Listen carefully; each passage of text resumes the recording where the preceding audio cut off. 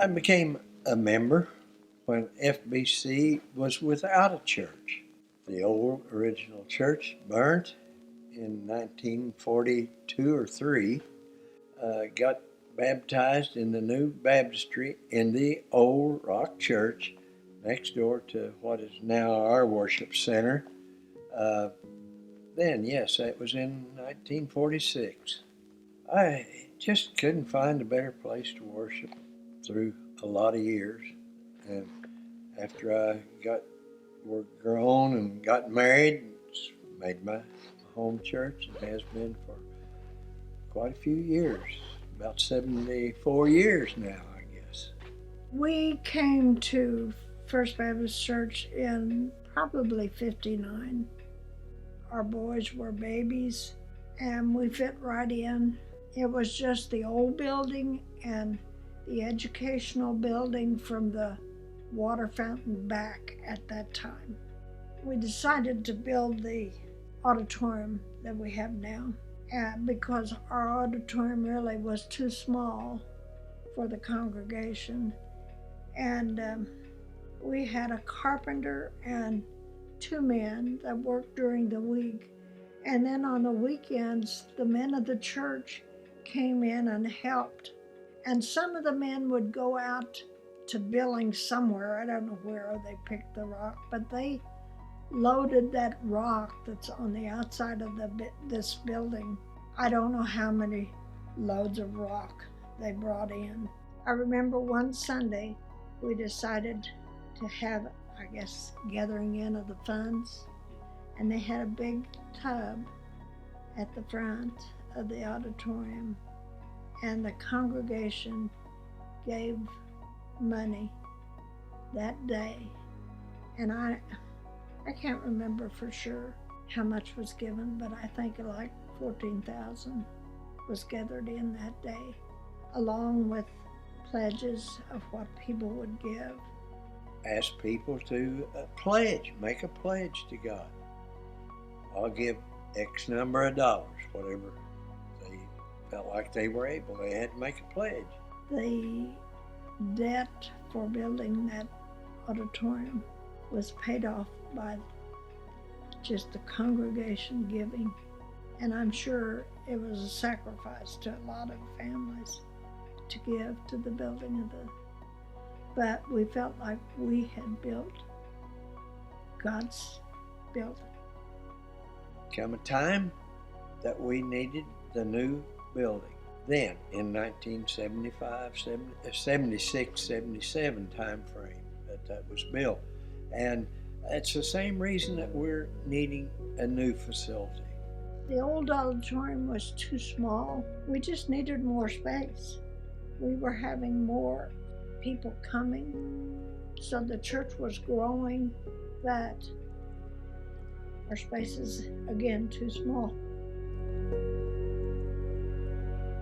When that property out there on 14 Highway became available, we didn't go looking for space. It was offered to us, and I felt like, and Harold felt like, that it was God that was providing this for us.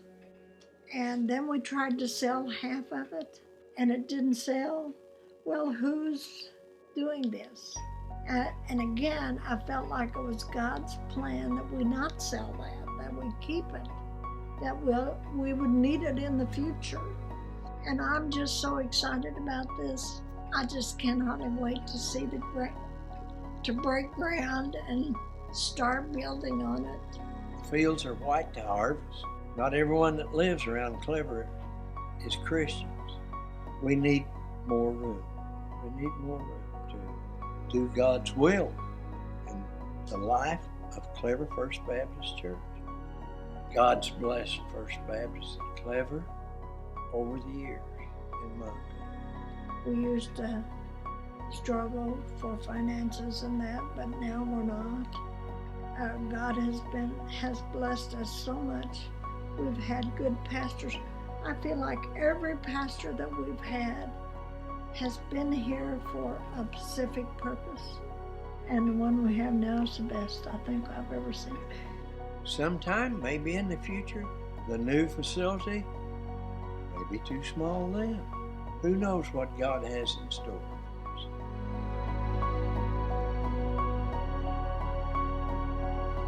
You know, when I think about First Baptist Church of Clever, it obviously means a lot to me. This is really the only church I've ever known. I was raised in this church, saved in this church, baptized in this church. You know, a significant portion of my family and my wife's family it goes to this church currently. To see the growth that's taken place over the last several years, you know, to know that this expanding process, moving forward, wanting to build and reach more people has been in the works for a long time, you know, even before the past few years, but being able to see the growth now and to see it come to fruition and have these building plans in place, just the opportunity that we have to reach even more people in this community is just incredibly exciting.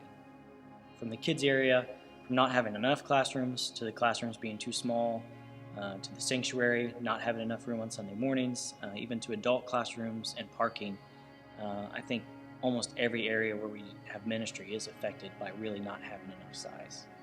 The building and doing the new church is really exciting for a lot of different reasons. Just one, being able to truly have the space. And you know, there's so much we've been able to do with this campus. I feel like we've really gotten the maximum usage out of it, but we're still just truly limited on some of the things we really want to do.